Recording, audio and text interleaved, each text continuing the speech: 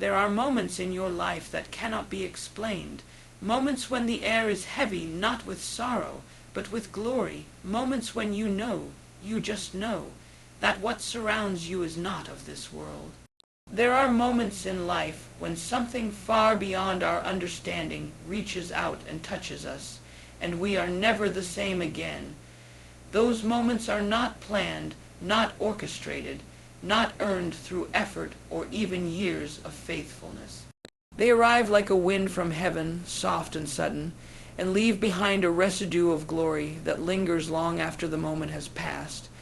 That is what I mean when I say the presence is not earned, it's encountered. It is not something that responds to striving.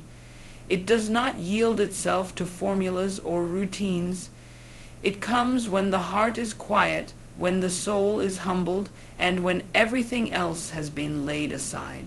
I didn't know this at first. In the early days of ministry, I believed that the presence would come if I prayed long enough, fasted earnestly enough, worked hard enough, or kept every religious discipline to the letter. I thought it had to be pursued like a reward for obedience, and so I worked, I prayed, I preached. I gave everything I had, but I often found myself dry, empty, and longing for more. There were moments when I felt something wholly brush by me, like the hem of a garment in a crowd, and I would tremble inside, but those moments were rare, fleeting, and I didn't understand why. It wasn't until everything in me broke, until I laid down every ambition, every desire, every dream, that I began to understand. It didn't happen with fanfare. It didn't happen with shouting or signs. It came in the stillness. In a place of complete surrender, when there was nothing left to give and nothing left to gain. In that holy hush, I encountered the presence in a way I never had before, not as a visitor who comes and goes, but as a constant companion.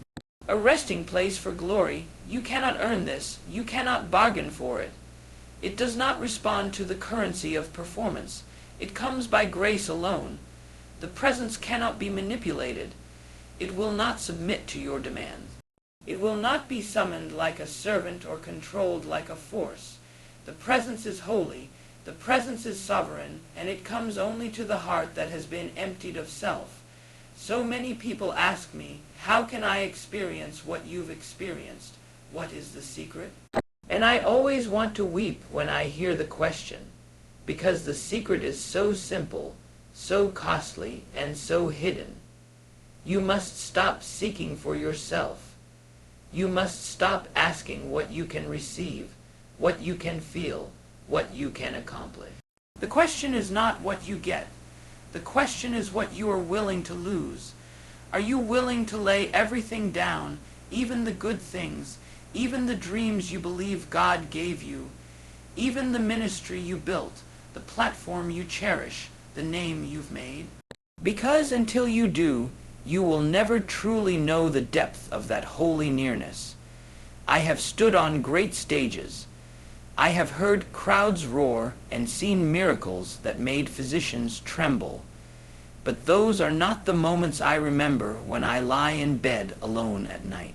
No, the moments that remain in my soul are the quiet ones. The nights I knelt by myself, with no audience but heaven, and felt the presence descend like oil on my spirit. There was no spotlight then. No choir, no organ, just the sweetness of communion, just the beauty of a God who comes near. And once you have encountered that, once you have tasted even a drop of that sacred wine, you are ruined for anything else. The applause of man no longer satisfies. The approval of the world becomes hollow.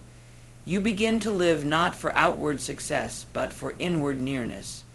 You begin to measure your life not by accomplishments, but by moments spent in that hidden place where the presence dwells. The presence doesn't require that you be perfect. It doesn't ask for perfection. It asks for surrender. It asks for honesty, for purity of heart.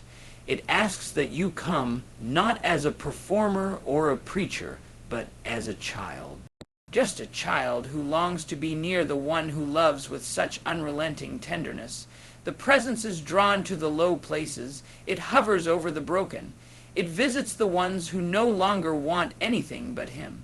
There was a time when I believed I could carry the presence by being good enough.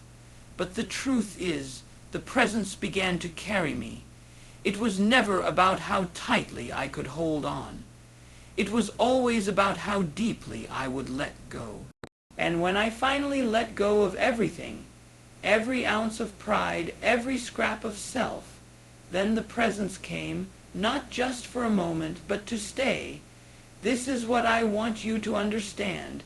If you find yourself striving, pushing, laboring to feel close to God, then stop. Just stop, get quiet, get low, get honest, let go. The presence cannot be earned, it can only be received, and it is the greatest gift you will ever receive. There is a surrender that goes beyond words, deeper than the kind we often speak about in passing. This surrender is not emotional, it is not temporary, and it is not partial. It is the kind that costs everything. It reaches into the innermost places of your soul and asks for all. Not the convenient parts, not the things you were already willing to give, but the things you hold onto tightly. The unspoken desires, the private ambitions, the silent dreams you've nurtured in your heart for years. And it is in this kind of surrender that the secret to living in the presence is found.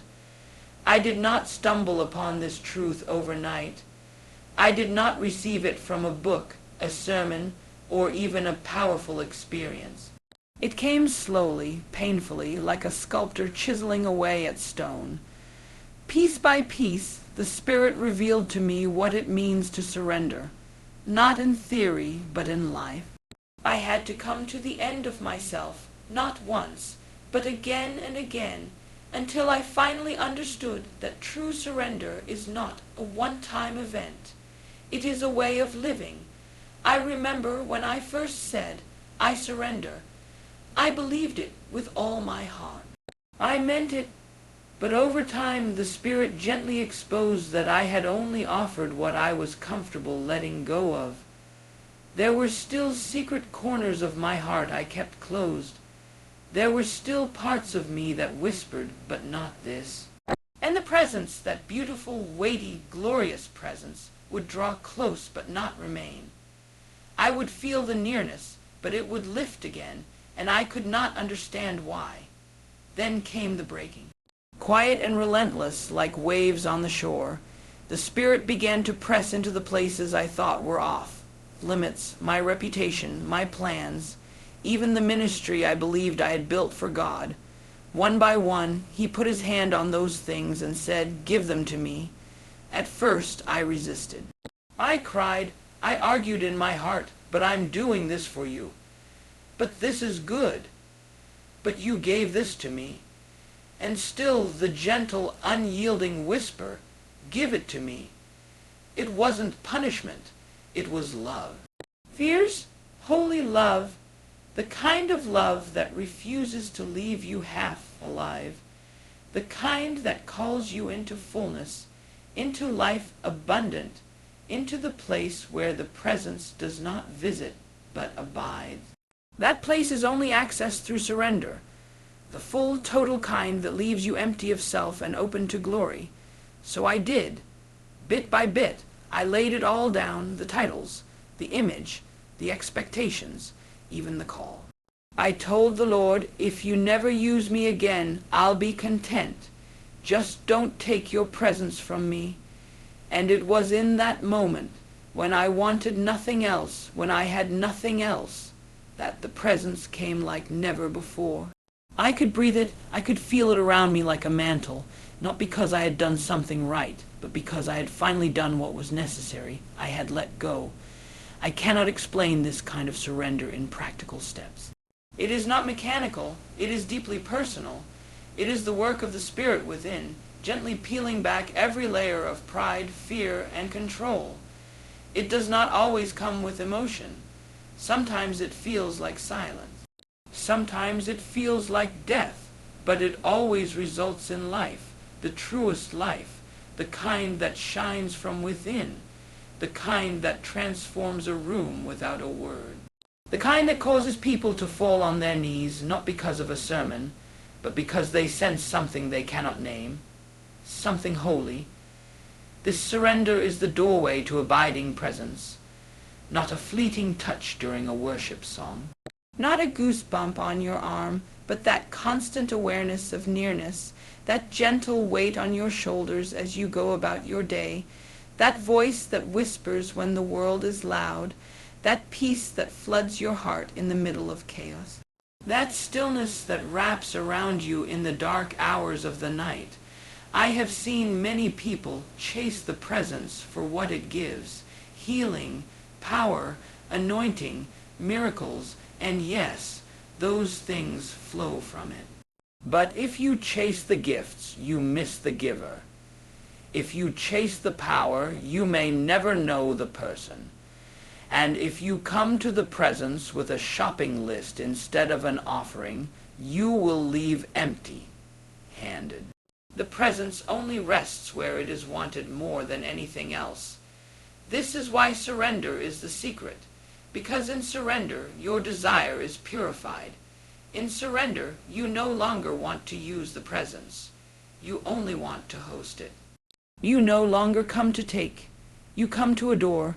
You no longer ask, "What can I have?" but "What can I give?" That kind of heart is a magnet for glory. That kind of soul becomes a resting place. I've lived long enough to know that nothing else satisfies. I've stood under lights. I've heard the praises of men. I've watched the impossible happen before my eyes. But none of it compares to one moment of surrendered communion with the one who made me. And now I do not seek revival. I do not seek miracles. I seek him, the presence, the breath of heaven, and I have learned this. When I live surrendered, the presence stays, not as a visitor, but as home. Stillness is not something this world teaches us to value.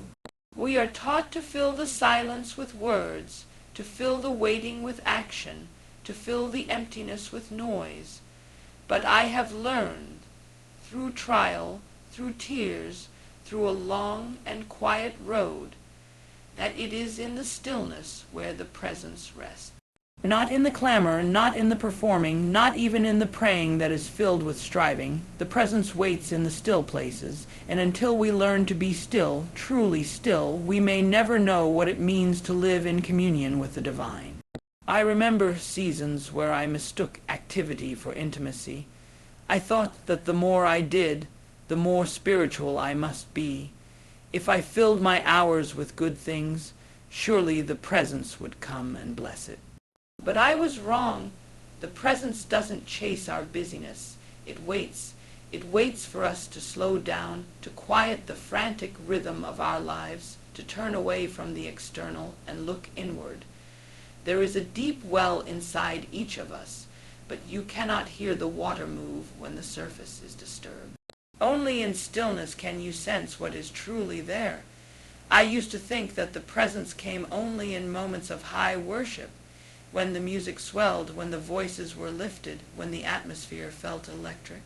And yes, the presence can come then, but the most powerful moments I have known were not loud, they were not dramatic, they were silent, they were still, they were marked by such an awe, such a holy quiet that no one dared to move. I have felt that hush fall over a room like a veil. People stopped breathing. No one wanted to speak for fear of disrupting that sacred hush, and in that stillness miracles happened, not because we demanded them, but because the presence was there.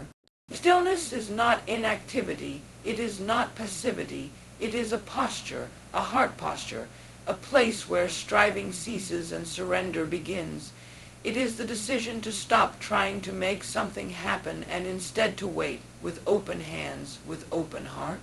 It is trust in its purest form, because it says, "I will not perform to earn what is already freely given. I will not chase what only descends." Stillness is the soil where trust grows, and trust is the foundation of intimacy. When I began to learn the language of stillness, I found myself drawn into a depth I didn't know existed. There was no need to speak.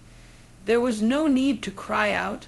just to sit, to listen, to wait. And the longer I waited, the more I became aware of the presence, not as a visitor, but as someone who had always been there, waiting for me to notice. It was like discovering a fragrance in the room that had always been present, but my senses had been too distracted to smell it. It had always been there, but I had been too loud to hear. There are secrets whispered in the stillness. There are revelations that do not come in the fire or the earthquake, but in the gentle whisper. The world may pass over the still ones. It may overlook the quiet ones, but heaven notices. Heaven speaks in stillness, and when you learn to be still, truly still, you begin to hear the sound of heaven, not with your ears, but with your spirit. It is a language that is not learned but discerned. In stillness, we are stripped of the need to impress. There is no platform in stillness. There is no performance. There is only presence. There is only the raw, honest self. And that is the self the presence desires, not the polished one, not the strong one, the real one, the surrendered one. And when you come with nothing, no agenda, no plan, no plea, then the presence comes with everything. I've seen people spend their lives chasing moments, chasing miracles, chasing manifestations, but they skip the stillness. They run from it. Because in stillness, you have to face what's inside. You have to look at what you've been avoiding. You have to feel what you've numbed. Stillness reveals, and what it reveals, it also heals. In stillness, the Spirit begins to work deeply, slowly, beautifully. He is never in a rush. He does not work on our schedule. He moves at the pace of eternity, and so I learned to wait. I learned to sit in the quiet without demanding an answer. I learned to live unhurried in my spirit even when life around me was rushing. I learned to carry that stillness with me, to walk into a room and be still inside, to sit with someone and not feel the need to speak, to be with the presence in silence and know it was more than enough. The presence loves the still heart, the quiet spirit, the surrendered soul. And when you make stillness your dwelling place, you begin to live in continual communion. The presence doesn't need noise to manifest. It doesn't need lights or sound. It only needs space. It only needs a heart that says, "You are enough, and I will wait for you." That is where the nearness comes. That is where the presence lingers, and that is where I long to remain, forever still, forever near. Once the presence touches your life in a real way, not an idea, not a feeling, not something you heard someone else talk about, but when the presence of the Spirit himself comes and makes himself known to you, it changes everything. Nothing else satisfies after that. You can go back to the meetings, the songs, the sermons, but if he is not there, you are left empty. There's a hunger that starts the moment the presence becomes more than a theology, more than a story, more than a hope. It becomes life itself, breath itself, the very atmosphere of your soul. I used to think that I loved the things of God. I loved the ministry. I loved the work. I loved the move of the Spirit in a room. But what I did not realize was that I was falling in love with what he did, rather than with who he was. And then it happened. I had one encounter, just one. That made me completely undone. It was not dramatic. There were no lights, no great choir. It was just me alone in the quiet, and in a moment he came so near, and my heart burned in a way it never had before. I knew beyond the shadow of doubt, that I had just touched something holy. I had touched someone holy, and from that moment I couldn't live without it. He becomes everything. Once you taste of that sacred closeness, that nearness of the Spirit, your appetite for the world is ruined. You are no longer content with routine prayers or well-crafted songs. You want him, only him. You go looking for him, not out of religious duty, but because your soul aches without him. People may not understand. They may even call it emotional or extreme, but you know because once the fire burns inside your spirit, You can never go back to cold. It's like breathing underwater. You don't even know you were suffocating until you come up and take your first deep breath. That is what his presence does. It wakes you up. It calls you higher. It makes you see what truly matters, and all the things that once seemed so important, success, reputation, influence, begin to fade into the background. You would trade it all just to have one more moment, one more whisper, one more breath of that holy nearness. And here's what's so beautiful, so tender about the presence of the Spirit. He doesn't come because we've earned it. He doesn't visit because we performed well. He comes because we want him, desperately, truly, with no agenda, no strings attached. He comes where he is desired more than the platform, more than the miracle, more than the blessing. He comes to the heart that says, if I have you, I have everything. And when he comes, it is never casual. His nearness is weighty. It's gentle, yes, but it is holy. And when he comes, he brings everything you didn't even know you needed. Peace, rest, healing, clarity. He comes and suddenly everything else gets quiet. When he becomes your life, your source, everything begins to change. The way you talk, the way you walk, the way you respond to trials. You begin to carry his fragrance. People notice something different, though they may not know what it is. You're not moved by the storm like you used to be because you carry the stillness within. You're not desperate for approval because you've already been held by the one who made you.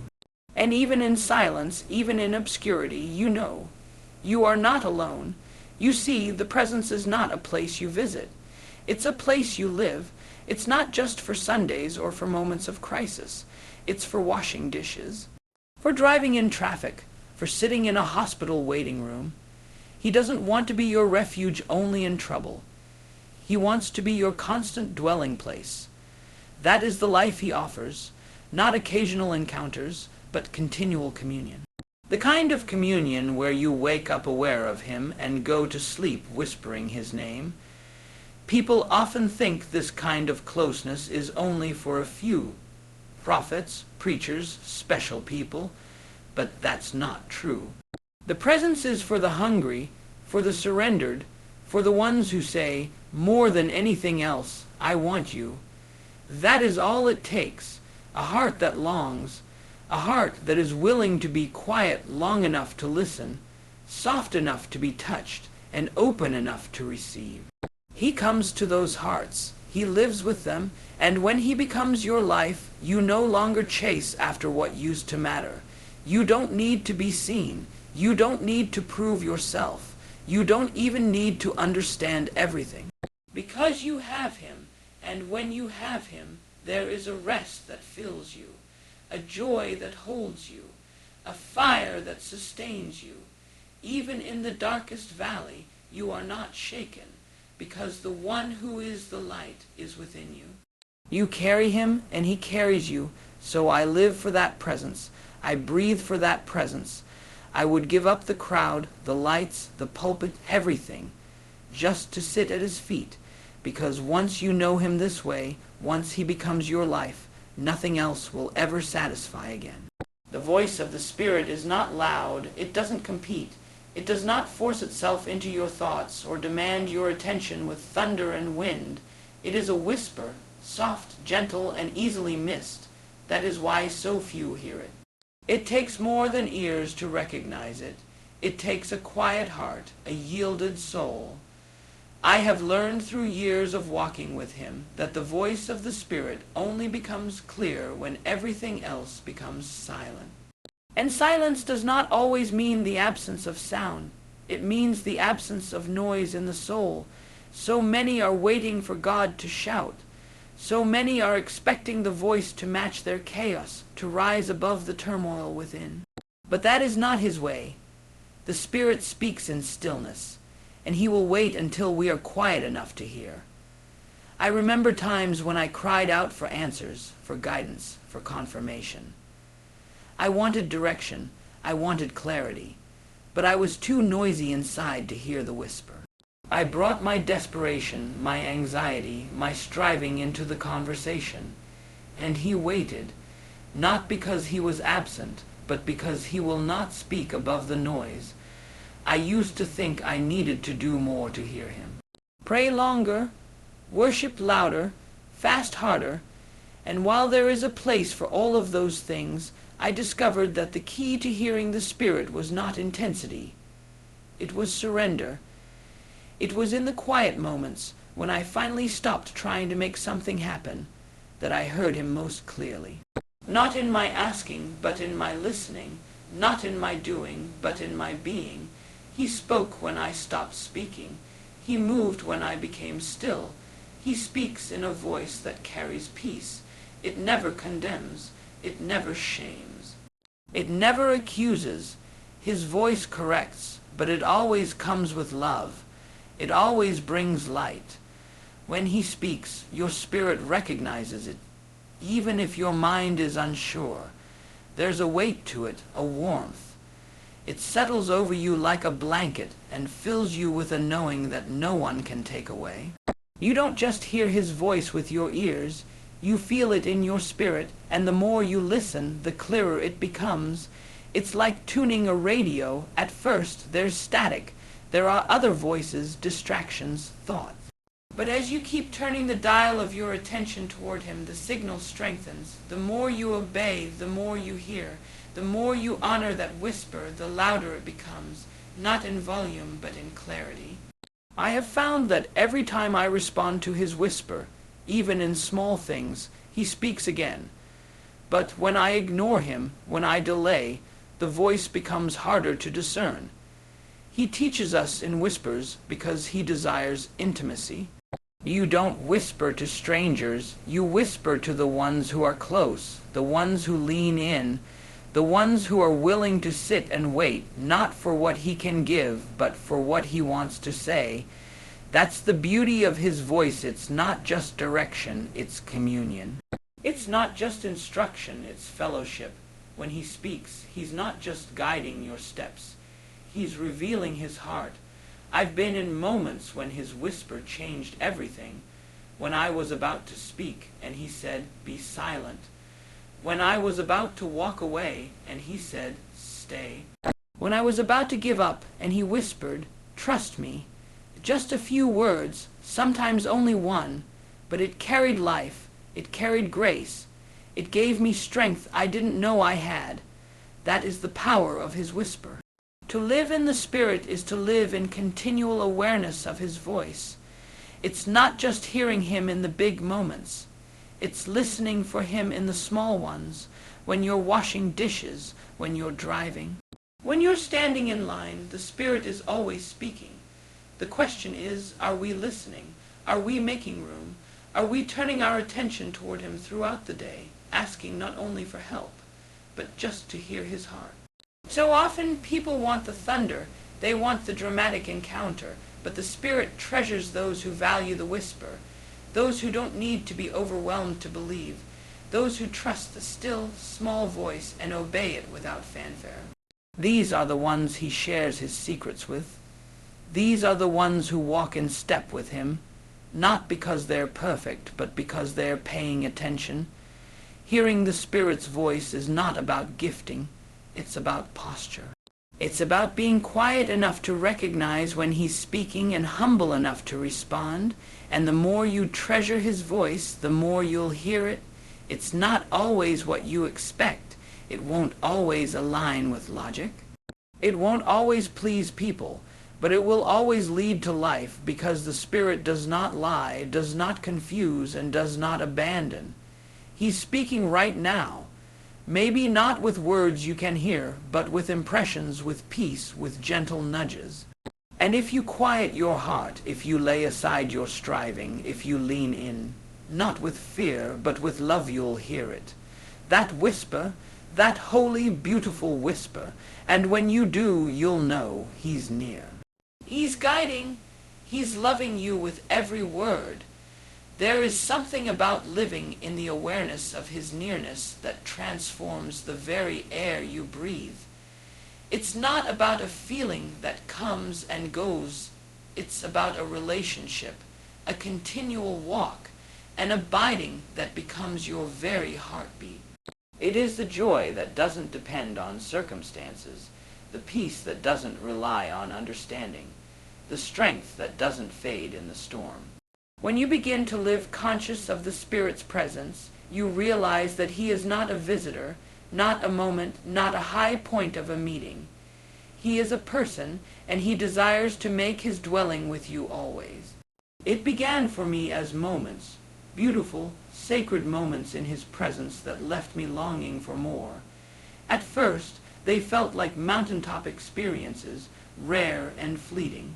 I would feel Him during worship or in the quiet hours of the night, and I would try to hold on to those moments, afraid they might slip away.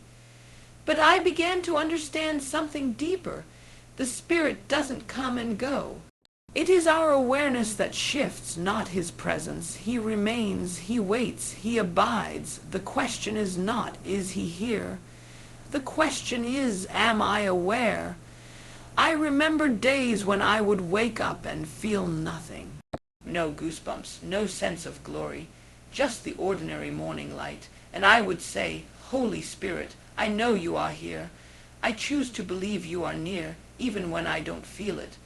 And slowly, gently, the awareness would return, not because I conjured it, but because I honored Him by faith. You see, when you acknowledge Him in the unseen, when you speak to Him like a friend even in silence, you are building a life in the Spirit. You are learning to live not by emotion, but by communion. Living in His presence is not something that happens by accident. It's cultivated, it's chosen, it's protected. You have to learn to turn your heart toward Him in every moment. When you're in a conversation, when you're walking down the street, when you're sitting in a crowded room, you can turn inward and find Him there. It's like tuning the ears of your spirit to the frequency of heaven.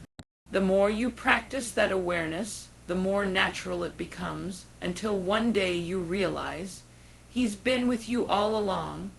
He doesn't withdraw when you're tired. He doesn't leave when you're discouraged. He doesn't walk away when you've failed. No, He is faithful. He is loyal. He is closer than your breath, closer than the thoughts in your mind. And when you realize that, truly realize it, something changes in you. You no longer look for Him in the distance. You start to recognize Him in the now, in the ordinary, in the quiet, and you begin to live differently. You speak slower with more care because you know He's listening. You respond to people with more grace because you feel His compassion moving through you. You handle pressure with peace because you know you're not alone. His nearness doesn't remove the weight of life. It transforms how you carry it. You don't avoid difficulty, you walk through it with a companion, and suddenly even the valley becomes holy ground because He's there. Living in the awareness of His presence also means allowing Him to interrupt you. To shift your plans, to nudge you gently and say, not this way, child. Go that way. It means listening when He says, stop and pray, or reach out to that person, or be still. These little leadings, these quiet impressions, are how He shapes our journey day by day. And the more you obey, the more you begin to recognize His fingerprints on every part of your life. I've learned that when He speaks, it's not just for instruction. It's for intimacy. He doesn't just want to direct your steps. He wants to share His heart. He wants to show you what moves Him, what He dreams for you, what He sees in others. And the more you walk with Him, the more your heart begins to mirror His. You begin to love what He loves, to hurt where He hurts, to rejoice where He rejoices. That's the mystery of communion. Not that you just walk with Him, but that you become like Him. Sometimes people ask, how do I stay in the presence? The answer is simple, but not easy. Make Him your focus. Invite Him into everything. Talk to Him about everything. Don't wait for a perfect moment. Don't wait for a worship song or a special service. Invite Him into your kitchen, into your car, into your workplace. Practice turning your heart toward him again and again until it becomes your default posture. That is the secret. Not in chasing an experience, but in choosing a relationship, moment by moment, breath by breath. And the beautiful thing is, he responds to desire. He draws near to those who draw near to him, not because you got everything right, but because you wanted him. That's what he's looking for, not performance, not perfection, just desire. A heart that longs, a soul that whispers, I want to know you more. When you live from that place, when your heart burns with that longing, his presence doesn't just visit. It stays, it rests, it becomes your home. And there is no greater joy, no greater peace, no greater life than that.